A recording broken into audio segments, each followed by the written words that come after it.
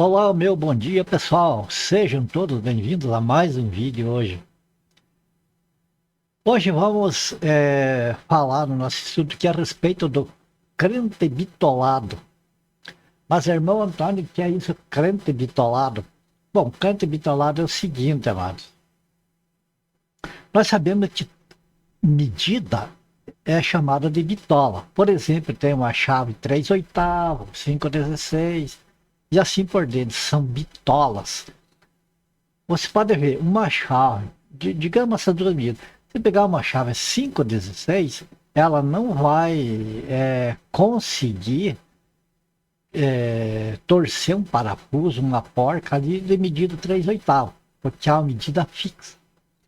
Então, o crente bitolado não é eu, amados, que inventei essa palavra. Inclusive, aconteceu comigo, né, pessoal? Falar a respeito e eu vinha saber o que é, na realidade, o crente bitolado. Que é o que nós vamos estudar hoje. E, por incrível que pareça, não está esse nome na Bíblia, crente bitolado. Não está ali. Mas a gente, pesquisando ali, a gente vê que no meio dos crentes existem aqueles que são, de certa forma, bitolados, que são sob medida. É ali e não tem pessoas que pegam a Bíblia como sendo uma bitola, como sendo um padrão. E a Bíblia ela é um princípio, porque é através dela que nós conhecemos o Senhor Jesus e então começamos uma vida nova em Cristo. Certo? Mas enfim, vamos deixar isso mais para o final. Não quero deixar um vídeo enorme e longo. Vamos ir à nossa tela, né? E ali nós vamos encontrar textos bíblicos para nós entender melhor isso aí. Vamos lá então? Olha aí como vocês veem aqui, né? Crente bitolado. Nós vemos aqui um paquímetro, né? Que é um instrumento de medição de, de medidas precisas, né? E aqui uma pessoa como sendo uma pessoa bitolada, que é tido sob medida. Agora vamos ver aqui os textos, mas antes de nós chegar aos textos, então vamos sobre o que eu falei para vocês, que eu tive uma experiência sobre esse negócio do que é o crente bitolado. Eu trabalhava numa determinada empresa e já no fim dos pedidos, assim, a gente estava para fora aguardando a chegada da condução para nós transportar de volta para casa, né? E daí teve uma funcionária do escritório, ela chegou perto de mim, eu estava sozinho, assim, afastado, né? Ela chegou perto de mim, me cumprimentou ali e tal, falou, seu Antônio, o senhor é crente? Até me surpreendeu a pergunta. Eu creio no Senhor Jesus Cristo, creio em Deus, creio no Evangelho, coisas assim. Daí ela falou para mim, não, que eu tenho notado a sua maneira de ser assim, vi já o senhor conversar com as pessoas e eu gostaria de conversar sobre o Evangelho, assim, mas eu vejo que o senhor parece que é diferente desses crentes bitolados que tem por aí. Eu acho que é assim. Mas eu falei, mas o que é para você crente bitolado? Ela falou, crente bitolado, esses crentes é chato. Que eles estão salvos, estão no céu, já estão lá no céu e nós, os outros, as pessoas estão tudo no inferno, estão tudo perdido. Enfim, ela falou, eu não posso usar uma calça comprida, que o crente bitolado já me critica, eu não posso ter meu cabelo penteado de uma maneira que não seja do gosto deles, que já me critica, e assim por diante. Daí ela falou, eu queria conversar com o senhor, porque o senhor parece que não é assim, o senhor tem mais consciência, mais respeito com as pessoas. E ali a gente então começou uma conversa a respeito do Evangelho, e dali a gente conversou mais vezes, pelo tempo que eu trabalhei na empresa, e eu espero no Senhor que ela tenha, então, se convertido, não sei, não vi mais. Mas a semente a gente plantou. E para mim foi uma lição sobre a maneira como a gente fala, amados. O crente ele tem que ter a mente de Cristo. Ou seja, em cada situação que vai falar do Evangelho, a gente tem de pensar assim: o que é que Cristo faria no meu lugar aqui? Como é que o Senhor Jesus ia tratar este assunto, este momento, nesta hora, para esta pessoa? A gente tem de questionar a gente mesmo. E tem pessoas que não pensam nisso, só pensam: não, a Bíblia diz que é assim, o meu pastor falou que é assim. Nós temos de ter cautela, examinar as escrituras para a gente saber o que a Bíblia realmente está dizendo de um assunto. Porque tem partes que, se a gente não interligar com outras passagens, a gente confunde. E daí, sabe, amada, daí a gente se torna um crente bitolado, que as pessoas, principalmente os pecadores, não querem conversar com a gente. Não querem ouvir o evangelho por causa da gente. Então, amados, é preciso a gente ter a mente de Cristo. Vamos ter aí agora, nos nossos textos, algumas lições com o apóstolo Paulo. Como ele tratava as pessoas de fora, como evangelizava. Sem falar no Senhor Jesus, que o Senhor Jesus veio justamente para salvar os pecadores. Ele não veio para salvar os justos, é para salvar os pecadores. Então ele tinha aquela maior paciência com os pecadores para que eles pudessem entender, compreender a situação deles, mas compreender por eles mesmos. Eles mesmos serem convencidos através do Espírito Santo, e não um homem, uma mulher chegar e querer impor para os outros alguma coisa, mesmo que vá na Bíblia para mostrar. Certo? Então vamos ver um pouco agora com o apóstolo Paulo aqui, como o apóstolo Paulo assimilou do Senhor Jesus a maneira de falar do Evangelho. Vamos lá? Nós começamos aqui pelo livro de Colossenses, capítulo 4, verso 5. Veja: portai-vos com sabedoria para com os que são de fora. Aproveitai as oportunidades. Nós vimos duas coisas aqui. Se portar com sabedoria com os de fora, quer dizer, é muito fácil nós se entender com os irmãos, crentes, salvos, que estão ao nosso redor. Mas com as pessoas de fora, mas eles não estão no mesmo nível de Bíblia que nós estamos. Então tem que ter paciência. E que o apóstolo Paulo falou aqui: aproveitar as oportunidades. Como o crente bitolado, ele só perde oportunidade. Só perde a chance de pregar o evangelho para que pessoas cheguem, né, ao Senhor Jesus. Em vez de chegarem por causa do crente bitolado, eles se afastam do Senhor. Vamos a outro texto. Atos, capítulo 17, versículo 23. Veja aqui a maneira que o apóstolo Paulo pregou o evangelho.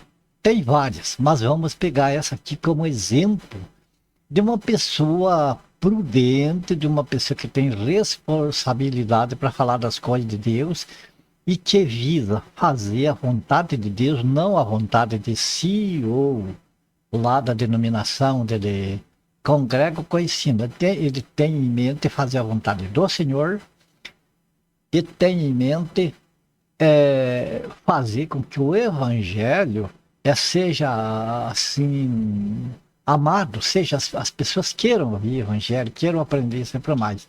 Veja, aqui em Atenas era um lugar, ali era o berço da idolatria.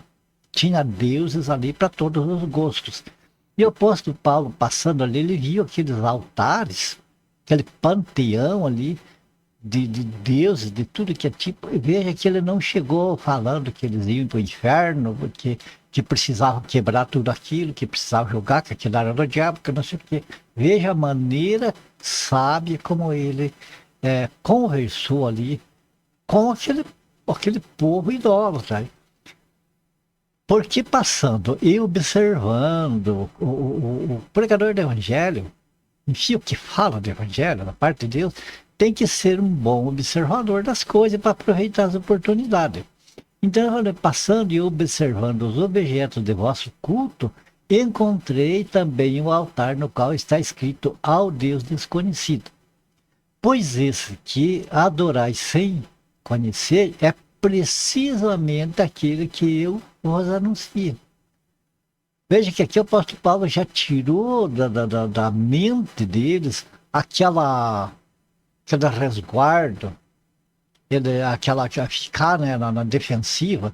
Ele já se aproximou deles. Olha, esse que vocês adoram, que vocês não conhecem, é esse que eu quero anunciar para vocês. Tipo assim, se vocês me escutarem, vocês vão ver quem que é esse Deus desconhecido, a grandeza desse Deus. Enfim, ele aproveitou a oportunidade no meio daquela idolatria, num altar ali, para ele entabular então uma conversa sobre o Evangelho. E ganhou muitas pessoas ali. Então é preciso observar, ser observador para poder aproveitar as oportunidades.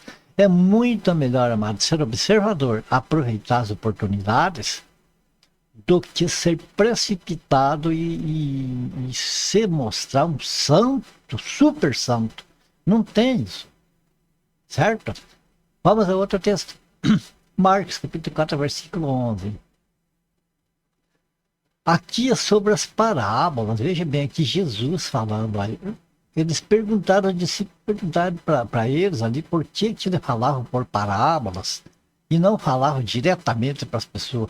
E Jesus respondeu aí: a vós, os discípulos, os salvos, a vós outros é dado conhecer o mistério do reino de Deus, mas aos de fora tudo se ensina por meio de parábolas.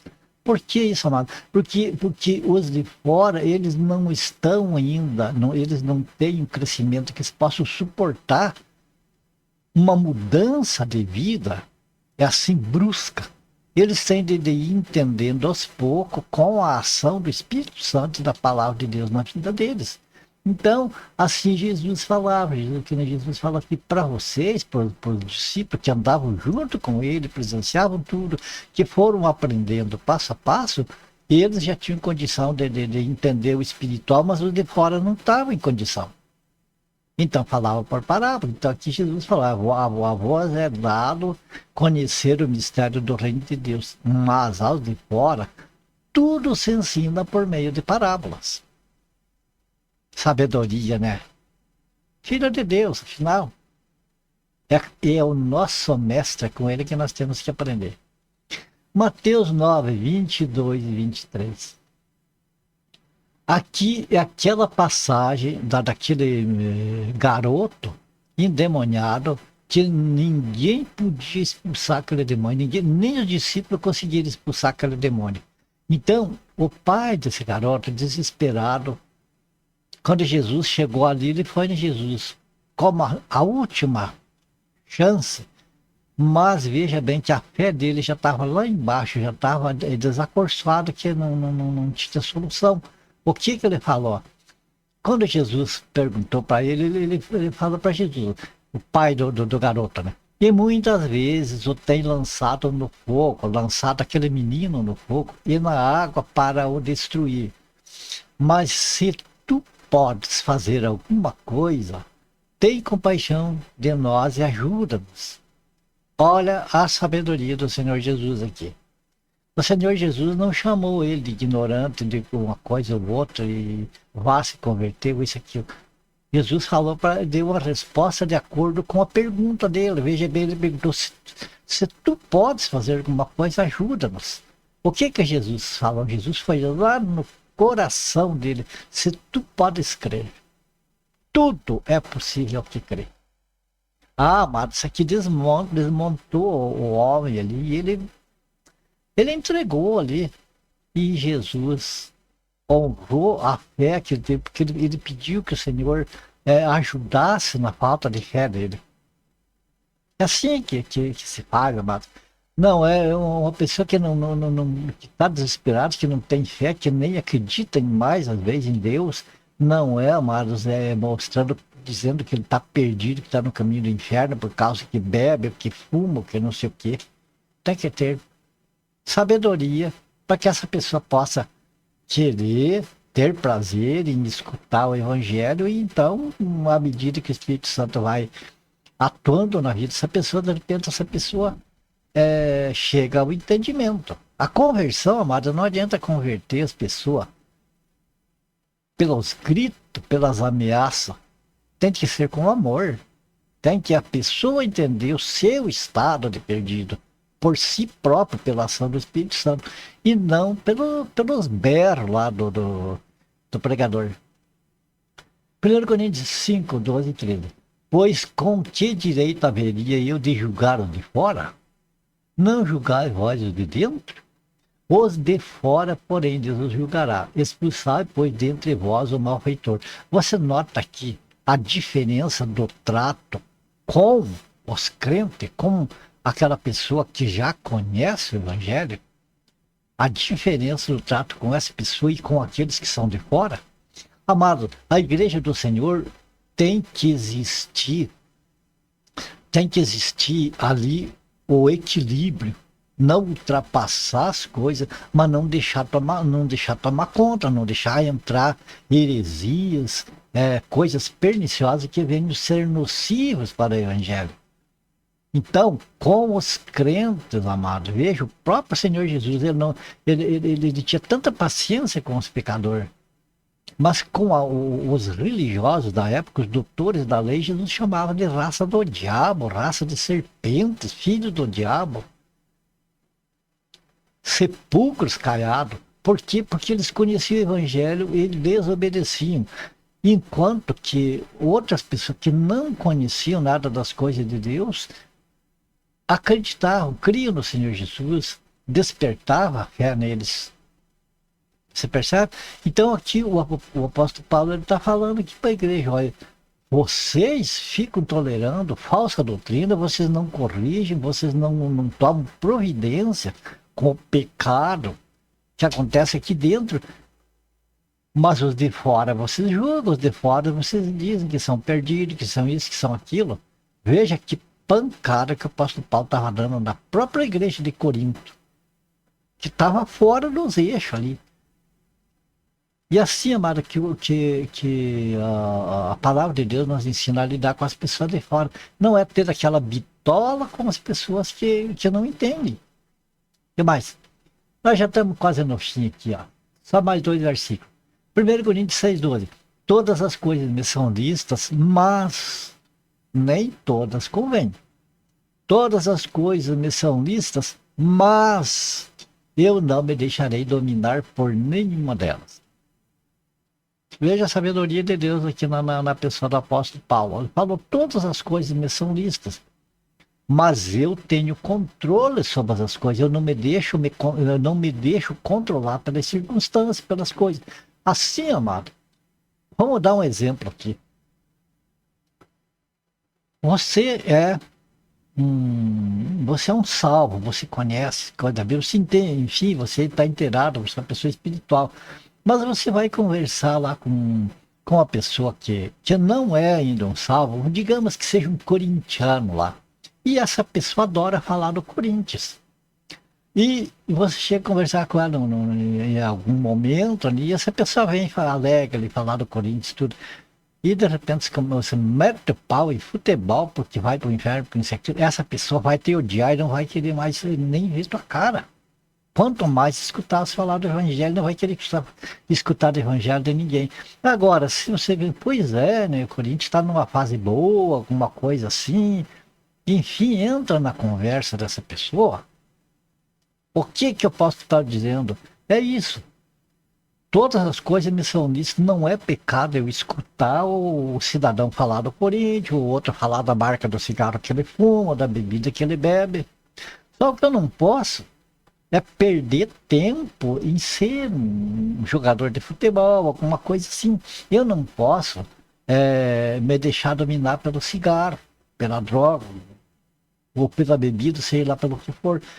Me é lícito. Eu posso estar, de repente, eu me ver no meio de pessoas que bebem. E eu não bebo, simplesmente agradeço, não bebo, mas não critico eles.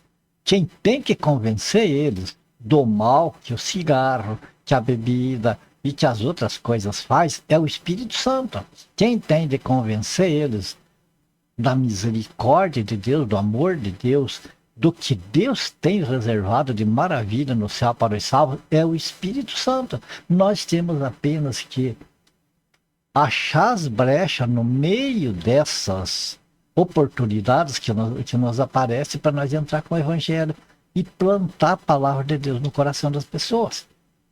Agora, quanto a convencer, amado, é o Espírito Santo que faz, o resto é com Deus, não é conosco. Então, por que a gente ser radical com as pessoas? Nós temos, amados, de ser radical conosco mesmo. Nós sim, nós conosco, nós temos de ser radical. Mas temos que, com as pessoas de fora, ainda mais quando é pessoas que não é da nossa reunião, de onde nós nos reunimos ali, nós temos que ter esse cuidado de que essas pessoas vejam que nós não se deixamos dominar pelo que não convém, mas que entendemos que tudo é lícito, que as coisas vêm até a nossa mão. Agora, se nós pegamos, se nós utilizamos daquilo, a responsabilidade é nossa, e nós é que temos que dominar as coisas e não ser dominado pelas coisas. Então, aqui, né, mesmo 1 Coríntios 10, 22, ele repete aqui, todas as coisas são listas, mas nem todas convêm. Todas são listas, mas nem todas edificam.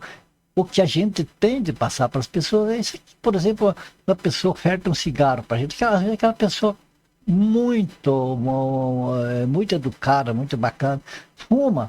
Você vê a primeira vez, está ali no ambiente onde tem, a pessoa vem e oferece o cigarro.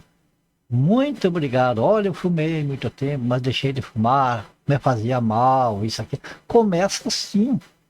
Entabula uma conversa com a pessoa e daí vai levando a pessoa dizendo, olha, até que eu vi na Bíblia que nós, como templo do Espírito Santo, nós temos que preservar o nosso corpo, e como o cigarro faz mal, eu deixei isso, aquilo, mas não condenar já uma pessoa que fuma, condenar uma pessoa porque bebe, ou seja lá, aquela pessoa lá, aquela mulher lá cortou o cabelo, olha, ela usa calça comprida. O que aconteceu com a minha esposa? Ela foi num armazém comprar lá alguma coisa, e uma irmã lá que estava lá já olhou a minha esposa com a calça comprida. Ai, irmão, sabia que não pode usar calça comprida? Usa calça comprida, vai para o inferno? Aonde que está isso na Bíblia? Está lá em Levítico, lá a mulher não pode usar vestimenta de homem. Levítico era para o judeu, não é para nós. Nós aqui nós estamos vivendo uma outra dispensação, não é dispensação da lei. Então aqui para a igreja não fala nada a respeito. O que fala, por exemplo, nesse caso, o que a Bíblia nos ensina é se vestir com modéstia e decentemente. Não adianta, como tem em muitos lugares, infelizmente a gente vê muito disso, as mulheres lá cultuando com aquelas vestidas até lá nos pés, coberta até aqui, mas justo que parece que é de elástico, onde mostra todas as linhas do corpo. Então o que adianta? O que a Bíblia nos ensina é que devemos nos vestir de maneira simples e adequada, que não fique parecendo as linhas do corpo. Percebe? Então o apóstolo Paulo ele mostrava isso aqui, ó. Todas as coisas são lícitas, estão diante de mim, eu posso estender a mão e pegar e usar, mas eu tenho de pensar, soma alguma coisa para a minha vida espiritual ou vai levar para a destruição da minha vida espiritual? Então, amados, não é a pessoa ser um crente bitolado, é assim, é desta maneira, e todo mundo tem que ser assim, porque eu aprendi que é assim.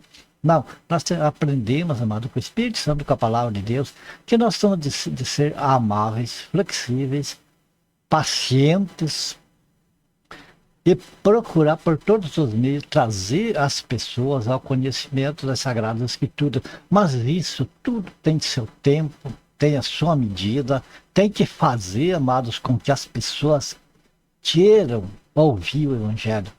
e não espantasse pessoas que sejam perfeitas já. Ok? Então, aqui o resumo que nós temos é esse aqui. Ó. A Bíblia, tem gente que diz, a Bíblia, eu já me fiz a pergunta, a Bíblia proíbe de fumar? A Bíblia proíbe de beber? A Bíblia não proíbe nada, amado.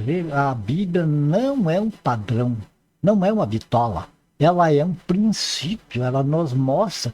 É um princípio, a própria Bíblia não tem na Gênesis, começa em Gênesis, o princípio, e vai até Apocalipse, onde é o final. Assim, amados, é o conteúdo da Bíblia. Nós temos que ter um princípio, começar com as pessoas que não têm conhecimento, tem de começar lá como um recém-nascido com o leitinho materno, ralinho ali, depois, um tempo vai as papinhas, e assim vai indo até uma comida mais sólida, né? Então a Bíblia não é um padrão, é um princípio.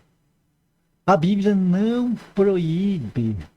Veja bem, mas então a Bíblia não proíbe, que é isso, a Bíblia é a palavra de Deus. Veja bem, a Bíblia alerta, revela e expõe, tanto para o crente como para o incrédulo, tanto para o salvo como o não salvo. A Bíblia mostra o caminho, mostra a realidade, mostra a verdade, mostra o céu e mostra o inferno. E ali a pessoa então fica consciente de si, mas essa pessoa tem que pegar, tem que ler a Bíblia, ou então querer que alguém leia, que alguém explique a Bíblia para essa pessoa.